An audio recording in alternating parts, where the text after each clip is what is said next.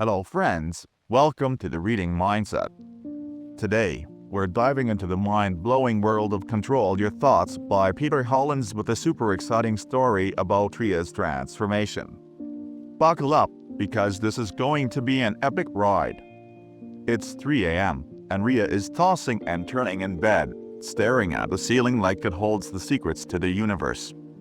The cool breeze from her window mixes with the sound of her racing breaths in the eerie silence. She grabs her phone, puts it down, and repeats as sleep is nowhere in sight.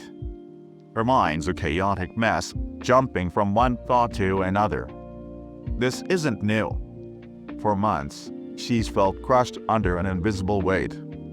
At work, everyone sees her as a sorted, successful software engineer with a set life. But inside, Ria's breaking. Her friend often says, "You overthink too much." Whenever Ria spills her fears, anxiety, and endless worries. Maybe I'm the problem, she thinks, a thought that's looped in her head so often it feels like truth. This night, though, is different. Ria feels like her mind's turned against her. A tiny a slightly sharp tone from her manager during a client call has been replaying all day like a stuck record. She's dissected every word, decoded every sentence, blamed herself, and now, in the dead of night, a voice in her head screams, "There'll never be enough."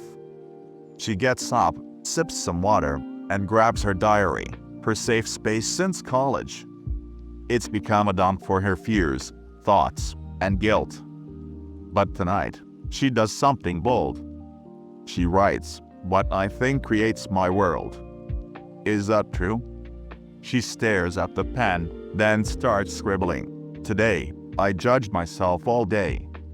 That call? Probably nothing unusual, but my mind kept rewinding it. I called myself useless, weak, a failure. Why? Because my brain told the same old story it always does. Her hand freezes. She realizes it's not just external events shaking her up, it's her own thoughts, her self-made standards, fears, and doubts. If my thoughts shape my reality, she wonders, can I change my reality? For the first time, she observes her thinking like she's reading someone else's story. Every time she criticizes herself, she's repeating an old belief, maybe from childhood, that she must prove she's worth it, that without perfection, she's nothing. But is every thought true? She recalls a memory.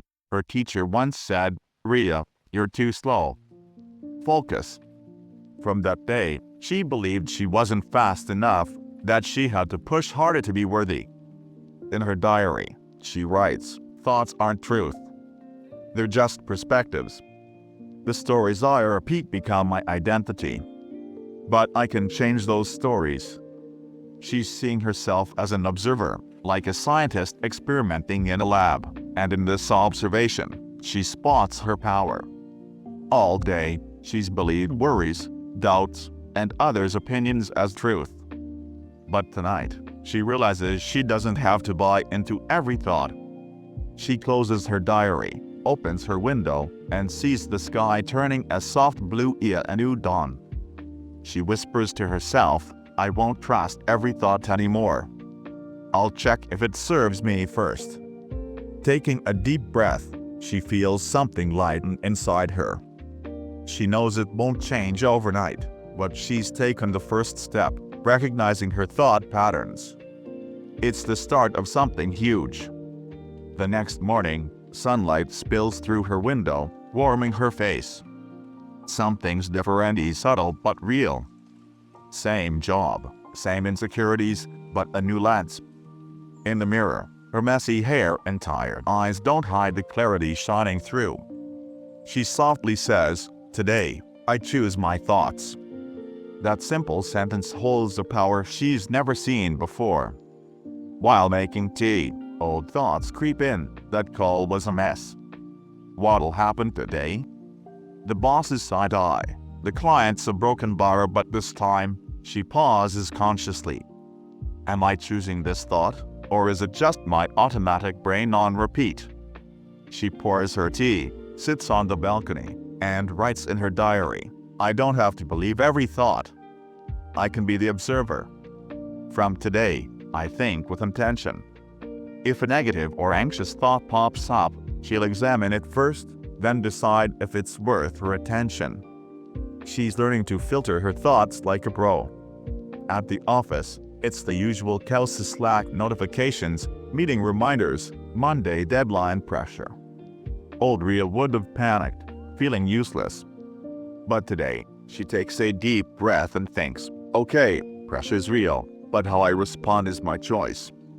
When she gets stuck on a task, her old habit wants to say, "You can't do this. You're dumb." But a strong inner voice stops her. "Hold up. Am I repeating that old story? Am I choosing this thought? Nope. Let's try a new one. I can learn." She breaks the task into chunks, reminds herself progress beats perfection, and slowly, it gets done. By evening, when she meets Neil, her friend notices, "You look less stressed today." Rhea laughs. "For the first time, I didn't fight my thoughts, I chose them." Nea's confused. Sipping tea, Rhea explains, "Every negative, doubtful, anxious thought, I didn't just accept it. I asked, do I believe this? Is it true? Is it helping? Then I decided which thoughts to keep." Nea's mind blown. "Well, that's like mental gym." "Exactly." Rhea grins. "You gotta train your mindset intentionally, or you default to thoughts that make you miserable."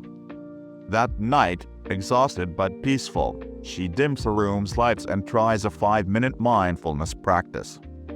For the first time, she observes her day's thoughts without running from them. Some are good, some unsettling, but she watches them like a concertgoer hearing every instrument of the loud drums and soft violins.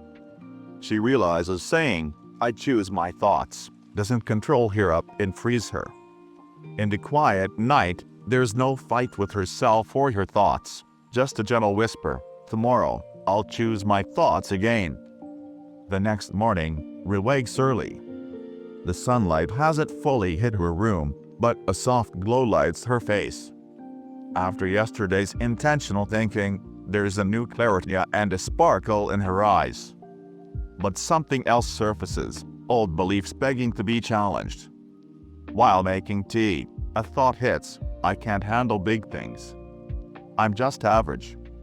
It's not random, it's a belief from childhood, cemented when she failed math and her dad said, "You work hard, but it's not for you." Maybe he didn't mean it that way, but those words stuck, replaying every time a challenge arose.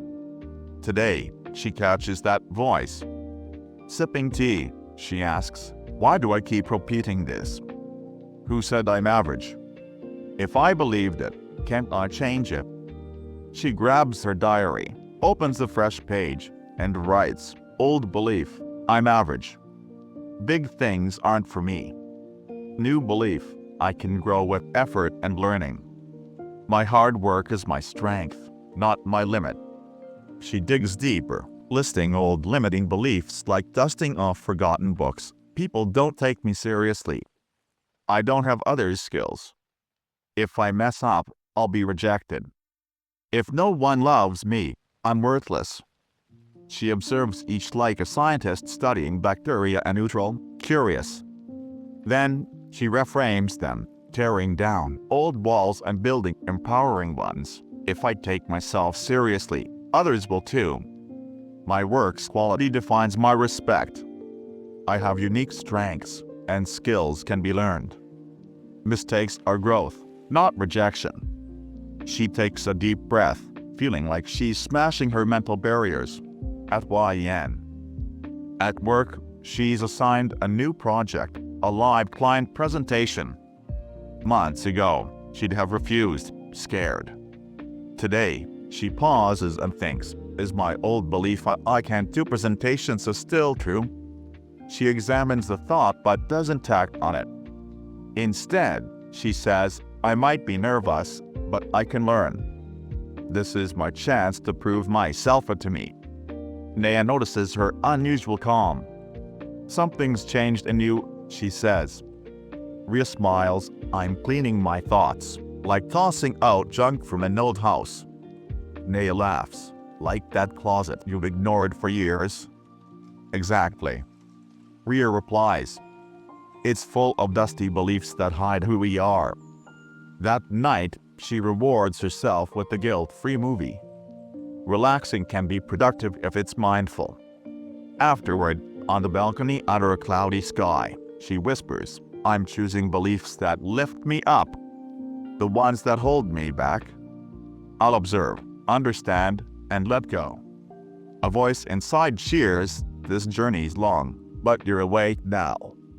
In that moment, Rhea feels the power of her thoughts as she's the writer of her story now. Fast forward to 6:30 p.m. Rhea's heading home from work with a small bouquet for her mom, who's been unwell. She wants to bring some cheer, but the vibe at home is off. Her mom, usually warm, is quiet. What's wrong? Rhea asks. The doctor said I need heart tests next week, her mom replies lightly, but her voice betrays worry. Rhea feels a jolt. Keeping calm outwardly, she holds her mom's hand and sits close. Inside, a storm brews. Why does life throw curveballs just when things feel good? Her mind spirals so worry, guilt, fear. If only I'd come home earlier. If only I'd helped more. Her breath feels heavy. But this time, she observes herself. She's not drowning in panic as she's watching her fear and guilt like a therapist listening to a client. Then it hits her. I can't control everything, but I can control how I respond. She takes a deep breath and says, this is tough, but it doesn't make me powerless. Mom needs my strength, not my panic. She grabs a whiteboard, meant for productivity, and uses it for emotional clarity. She makes 2 columns, things I can control and things I can't. Under can't, she lists test results, doctor's diagnosis, mom's physical reactions, what others think. Under can, she writes, my calmness, my presence, time with mom, prayers, timely meals, handling my nerves. Seeing it laid out, she feels the fear retreat. Clarity cuts through chaos. That night, as her mom sleeps, Rhea sits on the balcony and asks herself, am I taking responsibility for my mindset or just reacting to situations? A college memory surfaces. Her friend Arjun took credit for a group presentation. She stayed silent, hurt, and built the belief, people don't see your efforts. That belief made her shrink back whenever someone ignored or dismissed her. But tonight, she breaks that silence in her mind. If I keep blaming others, what about my growth? In the mirror, she says softly, my thoughts are my responsibility now. Support or no support, understood or not. The next day, at the hospital with her mom, she's steady as a rock. Holding her mom's hand, she says, we're a team. This is just a phase, it'll pass. Her mom nods, smiling faintly. On the way, her colleague Shailini calls, ranting about work stress. Rhea listens but responds differently. Some things aren't in our control, but if we wake up thinking today's torture, we're unfair to our own minds. Shailini's stunned. You've changed. Rhea laughs. I'm the driver of my mind now, it doesn't drive me. Back home, tired but grounded, she sticks a post-it on her desk. You are not your situation. You are your response to it. That night, sleep comes easily and no fight, just understanding. Rhea's decided her mindset is her responsibility and not her parents, not her bosses, not her friends. With this mindset, she's charging toward challenges and growth. Rhea's inner shift starts showing outwardly. Once reserved and doubtful, she now speaks with confidence and grounding. A new chapter begins. One day, HR announces a cognitive decision-making workshop on mental biases in daily choices. Rhea signs up instantly, buzzing with excitement. During the session, The trainer asks, at a restaurant, why do most pick a superscript 1-240 combo meal, burger, fries, drink, over a superscript 1-200 burger? Everyone says, more value. The trainer grins. That's anchoring bias. The burger's price makes the combo seem cheaper, even if you only need the burger. Ria's mind explodes as this is her life. She's been falling for mental shortcuts, accepting them as truth. That evening, she digs into old journals to spot her thinking patterns. She finds an entry, I feel I can't connect with people. Maybe I'm socially awkward. Now, she sees it differently. That wasn't an observation, it was a belief built from a few awkward moments, reinforced by confirmation bias. She'd only noticed experiences that fit her I'm bad at connecting story. But what about the friend who listens to her? The colleague who values her opinion? She'd ignored those. I filtered my reality, she realizes. Now, she actively observes herself. After conversations, she asks, did I assume something? Did I consider their perspective? One day, her frank friend Vikram notices, you're not as defensive anymore. Ria laughs, I was, but I didn't see it. Vikram teases, doing inner work, huh? Sipping tea on the terrace, he asks, ever notice you doubt your abilities before helping others? Ria pauses, then admits, yeah, maybe self-serving bias. I call achievements luck but blame myself for mistakes. Vikram nods. Our minds are brutal. They laugh. That night, Ria starts a new experiment. 3 nightly questions. So what did I believe without proof? What assumption might be wrong? Did I see someone's behavior through my lens only? Patterns emerge. She's viewed life through a filter of childhood, society, and past experiences, like when a teacher said she'd never get math, or an ex called her an overthinker. Those weren't truths, they were conditioning. When a junior hesitates to ask her about work, she doesn't take it as disrespect. Maybe they're nervous, she thinks, not disrespectful. This shift in thought is a growth's true sign. She now scans every thought, deciding whether to act on it. She even discusses biases with her team, mom, and herself, saying, we're all full of biases, but awareness is the torch that lights the way. She sets her laptop wallpaper to, don't believe everything you think. Every time she opens it, it reconnects her to reality. Ria's journey isn't just about growth, it's about clarity, like a calm, clear, deep lake. Ria's mind is sharper now, spotting her thinking patterns, questioning beliefs, and donning her responses. But this clarity can be blinding at times. One day, a fire drill alarm blares at work. Everyone panics, rushing out. Ria starts running but stops halfway. Is this panic real or a herd reaction? No smoke, no smell, just noise. She remembers the fire drill email. Smiling, she calmly heads to the stairs. Later, she thinks, I could have reacted, but I responded. That's her clarity shining through. Days later, her team faces a high-stakes client presentation. The client's tough, expectations are sky-high, and the pressure's on Ria. Her teams tend to see passive-aggressive messages, impatient calls. Old Ria would have burned out overthinking. This time, she sends a team message, let's do a 15-minute silent meet. No talking, just close your eyes. Some laugh, joking she's gone, guru, but when they try it, the vibe shifts. Silence is powerful. Her junior Rowan says, my brain feels restarted. Ria grins. Calm isn't a luxury, it's a survival tool. She starts taking intentional breaks of watching clouds, sitting in a park phone-free, or observing strangers. One day, in a crowded metro, she notices an elderly woman with trembling hands but a calm face. Ria asks, all okay? The woman smiles, yes, beta. I've learned not to react to just observe. Time teaches when to act. That sticks. Observe before you act. Ria knows clarity needs calmness, and calmness needs practice. She trains herself to see situations as they are, without judgment. When a colleague steals her idea in a meeting, her instinct screams, confront. But she pauses. Am I seeing this with clarity or ego? Later, she casually asks the colleague, what else did you think about my suggestion?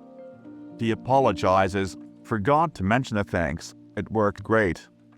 Ria smiles, just don't forget credit next time. No drama, no spiral as she's learned not every battle needs fighting. Some are won with peace. On a weekend, she joins the silent retreat workshop and no phones, no talking, just being with herself. At first, it's weird and no laughter, no sharing. But soon, her inner voice steps forward, you're harsh on yourself. You focus on outcomes, not process. You chase clarity but fear noise. She used to dodge these truths, but now she welcomes them. Slowly, they quiet down, like they just needed to be heard. Leaving the retreat, she feels light. Calmness is a cultivated skill. Clarity is the fruit of patience and practice. She still feels stress and fear, but now she observes them, not reacts. When someone hurts her, she asks, is this their action or my expectation? When plans fail, am I seeing it as it is or as I want it to be? She gently reminds herself, response greater than reaction. One evening, she recalls a childhood story about a sage who stays calm by observing, thinking, then speaking. In her diary, she writes, calmness isn't weakness, it's strength. Clarity isn't knowing everything, it's knowing what matters. She no longer chases clarity, she gives it space to arrive. Ria's quest for peace is inward, and clarity isn't the destination, it's a daily practice. Around 5:30 p.m., heading home from work, Ria takes an unplanned turn. No cafe till the copyright, no meetings, just a random path to meet herself. She wanders to her childhood colony, untouched by years. The neem tree at the gate stands tall, kids play below, and an old lady sits with her radio. The air smells of earthy memories. On a rusty bench, Ria closes her eyes. A face flashes as Simran, her old friend. The Class 10 friendship ended in a misunderstanding, an ego clash, and silence. Simran mocked her in front of others, and Ria vowed, I'll never forgive her. That vow lingered, buried so deep she forgot she was carrying it. Am I still mad at Simran? Am I holding on to that moment? She answers, maybe not, but I never consciously let it go. Growth isn't complete with baggage. That night, she opens her diary and writes a letter to Simran, what you did broke me. But today, I see we were both immature. You hurt me, and I locked myself in that pain. Now, I'm opening that door. I forgive you, and not because you deserve it, but because I deserve peace. She doesn't send it, it's for her. She's accepting herself, flaws and all, with a pure intent to grow. Ria realizes we often forgive others but not ourselves. She's ashamed of moments she yelled at her brother, ignored her mom, or snapped at an intern. A meditation app's self-compassion session says, talk to yourself like a dear friend. If my best friend made this mistake, would I guilt trip her forever? No, she'd hug her and say, it's okay. So why not herself? Looking at old photos in nervous college Ria, excited first job Ria, heartbroken Ria as she cries, not from shame but acceptance. I am, I'm whole. Not incomplete. She buys herself a silver bracelet engraved with I forgive you. When someone's rude at work, she asks, is this their struggle or my value? When past memories hit, that version did her best. At Release and Rise workshop, she writes 2 names on a paper to forgive, Simran and myself. Burning it, she says, "You can't take my time anymore." Forgiveness isn't a favor, it's self-respect. Acceptance isn't surrender, it's courage. Now, mornings start not with tea but standing before the mirror, looking into her eyes, saying, "I've let go of your complaints. You're free to move forward." This is her new beginning, where grievances turn to gratitude. So, friends, what did you think of this electrifying book summary? Drop your thoughts in the comments, and thanks for sticking till the end. Let's keep vibing with epic insights.